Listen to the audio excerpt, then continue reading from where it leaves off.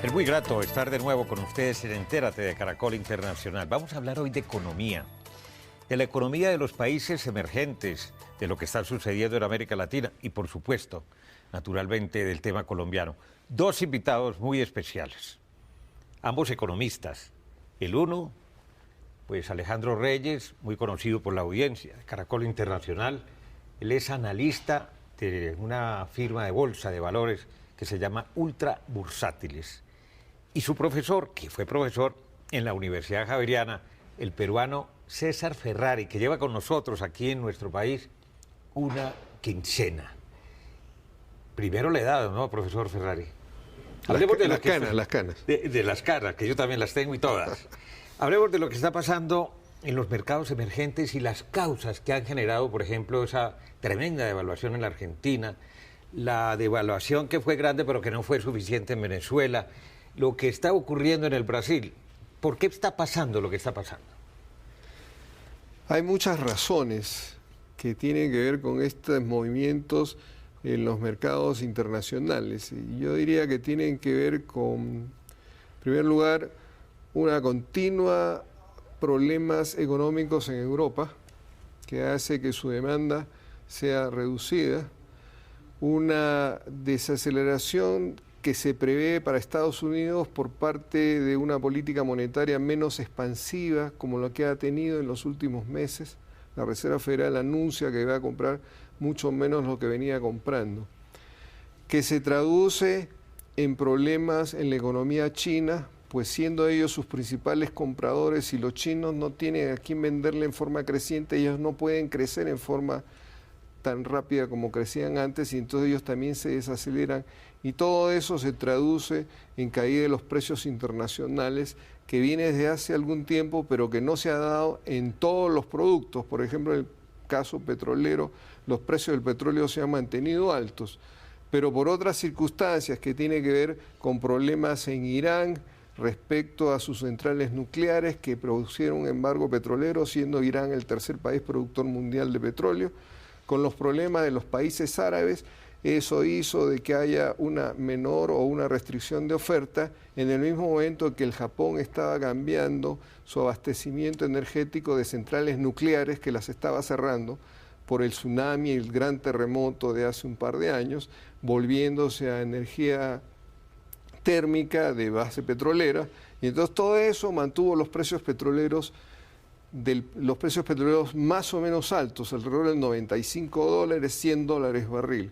Eso le permitió a países como Ecuador, como Venezuela, como Colombia, seguir manteniendo ingresos elevados, pero precios del carbón se derrumbaron, siguen bajos, el precio del café se derrumbó, ahora ha subido un poquitico. Subió un poquito, pero no es muy claro que eso se vaya a producir una recuperación importante. El precio del cobre sigue bajando. Entonces, en los países minero-metalúrgicos, como puede ser cobre, que depende del cobre, como puede ser Perú, como puede ser Chile, tienen problemas.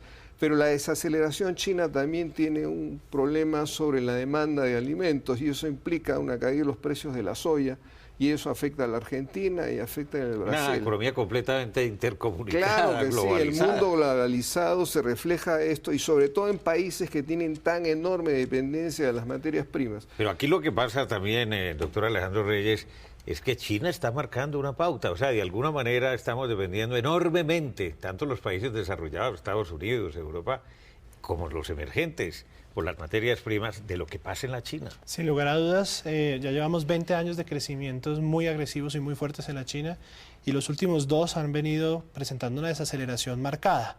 Entonces, claro, en el transcurso de estos últimos años, con una debilidad muy notoria en las economías desarrolladas, que eran las tradicionales, digamos, demandantes en el mundo de todas las materias primas, de todos los bienes, entra a sustituirlos la China fuertemente. En los últimos 10 años, la China se ha convertido en el principal inversionista vista a nivel internacional en las economías emergentes. Los dineros que han ido desde la China al África o a la misma América Latina han sido bastante cuantiosos, una forma de utilizar esos excedentes que tenían en esta economía en pro pues, de buscar inversiones de alto retorno, y eso ha permitido mantener un ciclo muy fuerte de demanda en todos los países emergentes del mundo. Y cuando uno ya hace y baraja otra vez las cartas y ve que en los Estados Unidos empieza a cambiar un poco el tono, como le mencionaba César ahorita, y en Europa venimos de una crisis relativamente prolongada, ya llevamos casi 4 años en una demanda muy castigada, y la China ve que no tiene a quién venderle, pues obviamente se lesiona su crecimiento. Ahí toca agregar un factor que creo yo ha sido crucial en el movimiento reciente de las monedas a nivel internacional, y es los riesgos que tuvo ese proceso tan agresivo de crecimiento en la China, que propició incrementos en precios de vivienda acelerados, que propició un crecimiento en el crédito subterráneo, un mercado negro, llamémoslo, del crédito en la China, por cuenta de que no era fácil conseguir un crédito directamente con el sistema financiero. Entonces, a través de terceras personas lo conseguían, pero dineros que en todo caso dependían del sistema financiero. Esa intermediación, llamémosla un poco subterránea, ha generado o ha elevado los riesgos de una potencial crisis en la China.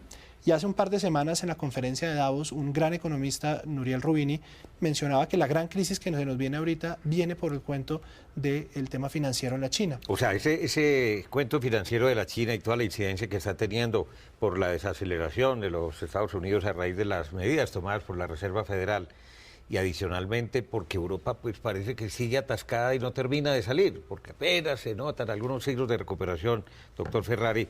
¿Hasta cuándo vamos a tener esta situación tan confusa y tan incierta? Muy complicado decir eso, porque, mire, si se arregla la cuestión iraní, quisiera volver al caso petrolero, si se arregla la cuestión iraní, parece que se está saliendo. Lo que vamos y la situación cae el precio del petróleo. Claro que sí, cae el precio del petróleo, y eso le va a caer unos problemas graves a países que dependen mucho del precio del petróleo. Recuérdese que en Colombia el principal producto de exportación que 54% tiene Colombia es el petróleo, y una caída brutal del precio del petróleo tiene unos impactos gigantescos sobre la economía colombiana. Y si hay una solución, como pareciera el caso iraní, y las cosas árabes se calman como parecieran que se están calmando, el precio del petróleo va a caer de todas maneras. No se va a poder seguir sosteniendo en los 90. Si a eso se suma el riesgo que aparece en la China que menciona Alejandro, estamos en un panorama muy complejo. O sea, quizás más confuso y más complejo que antes, ¿sí? Claro que sí, un poco más complejo que lo de antes. Ahora, lo que puede pasar también es que una disminución del precio petrolero le conviene a la recuperación europea y a la recuperación de los Estados Unidos, porque eso disminuye los costos de las empresas y entonces puede haber una suerte de compensación. Pero países dependientes de ingresos petroleros, como puede ser estos países del norte de Sudamérica. Eso para Venezuela sería nefasto. Muy complicado. En el momento en que eso se encuentra Venezuela. Muy complicado para Venezuela. Y por otro lado le va a significar una mejora para Europa, porque sus costos van a ser mucho menores a las empresas, se van a volver mucho más rentables las empresas, le va a dar un respiro, entonces puede haber una suerte de compensación. Todo esto se llama incertidumbre. Incertidumbre. ¿Usted comparte esa visión, Alejandro? Sin lugar a dudas, complementaría simplemente es el tema de nos están llamando a cuentas a los emergentes. Tuvimos más de 10 años de bonanza, y la pregunta es ¿qué hicimos con esa bonanza a los emergentes? Y se empiezan a notar diferencias muy marcadas. Mencionabas al comienzo el tema de Brasil. Brasil es una economía que en medio de los grandes flujos de capitales que recibió no logró avanzar en profundizar su productividad, en mejorar su capacidad de competitividad en el mundo, y la tiene hoy postrada de rodillas ante el mundo. Colombia está en un limbo porque tenemos pendiente una tarea muy importante por el lado de la inversión pública, que sigue estando pues, en la lista de cosas por hacer, y un México que hizo las grandes reformas, que sobresale dentro de los emergentes. Entonces nos están llamando a cuentas y los mercados están castigando eso. Quien no hizo la tarea, ejemplo de Turquía, le está castigando duramente su mercado. A México, que es un país que tiene también una enorme dependencia del petróleo, una baja sustantiva lo puede afectar y mucho. Lo va a afectar muchísimo. Aquella época del tequila, de la época del... Yo no sé si será... Lo que pasa es que no tiene el endeudamiento que tenía en esa época, y eso hace una enorme diferencia, pero lo que pasa es que sus flujos de ingresos externos dependen enormemente del petróleo, y una caída brutal del precio petrolero le va a afectar como le afectó el año 2008 a México y el año 2009. Recuérdense que en esa época el precio petrolero estaba en promedio de $130 y tantos barril, y en 6 meses lo vimos caer a $50, $60 el barril, una caída brutal, casi a la mitad. Entonces, por eso México tuvo una recesión como la que tuvo el año 2009, y eso significó también problemas en Venezuela, problemas en Ecuador, problemas en Colombia. Para la economía mundial, Alejandro, la situación de países emergentes, como el caso de Colombia, que tenemos un endeudamiento en dólares muy alto, con el precio que ha venido ganando la divisa en estas últimas semanas, una devaluación del peso colombiano del 5% en un mes, en un mes solamente, enero, que eso es una barbaridad, sí, para el histórico que hemos mantenido. Ese endeudamiento tan alto con el valor de la divisa, ese precio que puede llegar el año, según sus estimaciones, a 2.070, 2.080 aproximadamente pesos por dólar, ¿qué puede significar ya en la evaluación de Colombia como país de riesgo? Bien, pues lo primero es evaluar, lo mencionábamos ahorita cuando conversábamos antes, el tema de la forma como se financia Colombia, cómo financia los desbalances económicos que tiene. Tú bien preguntabas el tema del alto endeudamiento. ¿Qué está haciendo el gobierno para mejorar esa historia? Y el gobierno viene haciendo una tarea importante los últimos por lo menos 5 o 6 años para tratar de evitar la apreciación de la moneda. El gobierno ha marcado más un endeudamiento local que externo, y eso le ha ayudado bastante a que las cifras, si bien todavía tienen que generar alguna preocupación, estén relativamente contenidas o sean manejables. El riesgo, sin lugar a dudas, viene por el tema del petróleo, y ahí Colombia sí enfrenta un riesgo alto. La última cifra que produjo la Agencia Nacional de Hidrocarburos es que el 22% de los ingresos de 2012 para el Estado, para el gobierno nacional, vinieron del sector hidrocarburos. Si ese sector se enfrenta a un problema crítico con un precio bajo, yo lo veo difícil que tumbe o que caiga por debajo de los $80 barril por diferentes razones técnicas, pero si se baja de esos niveles podría generar un apretón en las finanzas públicas, y ahí los mercados pues, ¿El cálculo del presupuesto del precio internacional del petróleo hecho por el gobierno está en cuánto? Está un poco alto, casi los $100 barril, $99 barril promedio de venta. El WTI hoy se ubica sobre los $97 barril, y el Brent, que es la otra mitad de lo que nosotros exportamos, se ubica sobre los $104 barril. Entonces, en promedio estamos ahí, pero muy justico con apenas. Si se da el escenario que menciona César, eso ya pone al gobierno contra la pared en términos de ingresos. Ya regresamos en Entérate de Caracol Internacional. Lo que pasa en las economías de América Latina, también en el mundo, por supuesto, particularmente la colombiana, que nos interesa sobremanera. Estamos en Entérate. Regresamos en Entérate de Caracol Internacional con Alejandro Reyes, economista y analista de la Bolsa de Valores de Colombia, y también con el profesor César Ferrari, economista peruano y quien está al frente del Departamento de Política Económica de la Universidad Javeriana de la ciudad de Bogotá.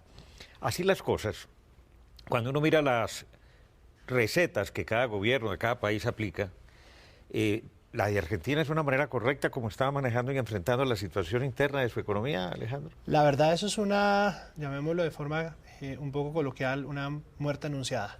Argentina, desde su incapacidad de solventar la crisis del 2000, producto de una tasa de cambio durante mucho rato fija, que generó pérdida de competitividad masiva, ha tenido una serie de problemas tras otro y se ha vuelto una economía muy dependiente del asistencialismo, sin acceso a los mercados internacionales. En este momento Argentina está tratando de negociar unos créditos con el Club de París y tiene las puertas cerradas.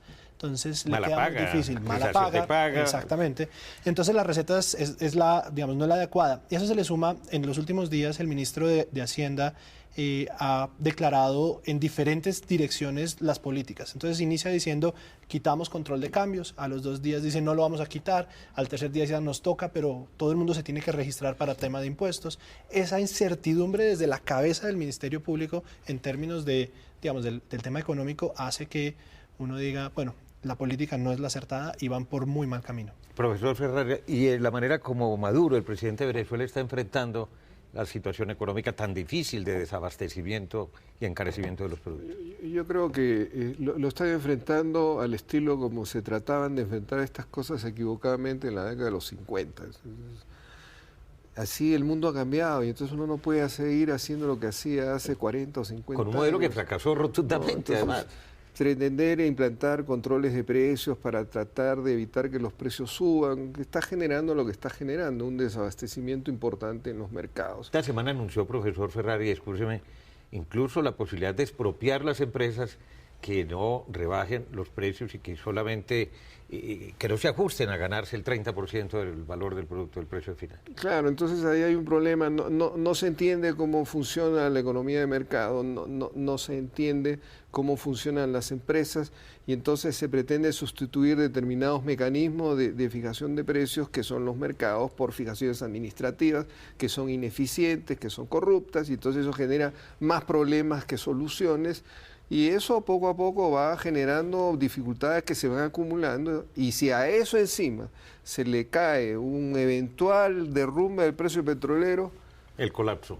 Eso sí va a ser muy complicado para Venezuela en los próximos meses. En el caso de Colombia, Alejandro, ¿está el gobierno manejando de manera racional, inteligente, prudente, de acuerdo con la ortodoxia económica de la situación? La tradición de la hacienda pública en Colombia, de la banca central, siempre ha sido una tradición ortodoxa, una tradición de políticas bien conservadoras y mesuradas, y creo que eso le brinda cierta ventaja relativa con otras economías. ¿Cuál es el gran problema que hemos enfrentado? Y es, estamos perdiendo el boom de esta bonanza y no se hicieron las ganancias en lo que teníamos que hacer, en productividad, en capacidad de tener las redes para poder tener una mejor competitividad. Infraestructura. En infraestructura. Colombia en ese momento tiene la tasa de inversión más alta de Latinoamérica y uno esperaría que con toda esa inversión estaríamos creciendo al mejor nivel de toda Latinoamérica. Pero resulta que esa inversión se ha quedado estancada porque no tenemos cómo explotarla, porque falta la tarea desde el gobierno. Y mucha de esa inversión ha sido en el sector petróleo, muy concentrada en el sector petróleo, que si bien lo mencionamos y el riesgo es a que haya un precio menor de petróleo, haya menor dinamismo en el sector de hidrocarburos, pues vamos a tener un montón de lo que llaman coloquialmente elefantes blancos, tubos sin poder utilizar en la mitad de la selva, que no nos van a dar nada de productividad y perderíamos ese tema. Entonces creo que el gobierno tiene que ponerse las pilas en ese frente. Aparte de eso, creo que ha hecho una tarea relativamente buena en el sentido en que ha tratado de manejar sus finanzas públicas. El último año, por temas electorales, han estado un poco desviadas algunas de esas políticas, mucho subsidio al ingreso y no a la productividad, cosa que no funciona en el mediano plazo. Entonces, eso sí tendría que revisar el gobierno para evitar pues tener un desbalance fiscal más adelante que nos castigue fuertemente. Pero este año pinta bien, profesor Ferrari, para Colombia. Yo no estoy tan seguro, depende mucho eso de lo que hemos venido hablando, del precio petrolero siendo uno de los principales, decía Alejandro, 22% de los ingresos fiscales dependiendo del precio petrolero, eso es una barbaridad. Pero además el gobierno ha sido muy conservador, como también lo ha dicho Alejandro, a mi gusto demasiado conservador, y entonces ha debido hacer cosas que no ha hecho por atender otras prioridades. Por ejemplo, ¿qué infraestructura es patética, la situación de infraestructura colombiana. Mire, yo le menciono unas cifras del Banco Mundial que estaba revisando hace poco que recuerdo. Entre el año 2003 y el año 2010, que son las cifras que cita el Banco Mundial, la densidad de carreteras en Colombia, que es en los kilómetros de carreteras dividido por 100 kilómetros cuadrados de área agrícola, descendió de 14 kilómetros a 11 kilómetros. Mientras otros países han venido aumentando, Perú pasó de 9 a 11, China pasó de 14 a 40 y tantos. Aquí, en lugar de aumentar, disminuye esa densidad de carreteras. Y eso lo dijo muy gráficamente el ministro Cardona, creo que fue un gran ministro, cuando dijo que las carreteras prácticamente se habían derretido con la ola invernal. Claro, se derritieron y entonces no ha habido capacidad para restituir esas carreteras. El avance de las dobles calzadas es patético, no avanza. Y entonces, el gobierno se ufana de construir este año 300 kilómetros de dobles calzadas. Eso no es nada. No es ridículo. Nada. Bueno, pero algo es algo, y yo creo que el esfuerzo que se está haciendo para estructurar los proyectos va a dar réditos. Y eso es importante, y eso ya era tiempo que se hiciera, y eso es como poner la primera piedra a un edificio. Pero el problema es que estamos en la primera piedra y hemos perdido años de años sin avanzar en esa piedra. Debió haberse puesto hace 20 años, no ahora. Claro. Entonces tenemos un enorme atraso. Miren Ecuador. Ecuador ha hecho una enorme inversión en infraestructura. Y de tiempo atrás. Y de tiempo atrás, y entonces a Ecuador le va a ir mucho mejor si le caen los precios petroleros porque tiene una infraestructura económica muy prestante. Da gusto pasearse por Quito, da gusto pasearse por las carreteras ecuatorianas. Son un ejemplo de lo que se puede hacer eficientemente en tan corto plazo, con ciertamente recursos limitados, pero en ese momento importantes por el tamaño de la economía ecuatoriana. Hemos hablado de la economía peruana. La economía peruana, mire, la economía peruana es una paradoja, porque ha hecho cosas desde hace mucho tiempo atrás que debieron hacerse y que le está dando réditos ahora. Y le menciono uno para comenzar. en la década de los fines de los 60, primero de los 70, se hizo una reforma agraria que fue tabla rasa, eliminó todos los latifundios del campo.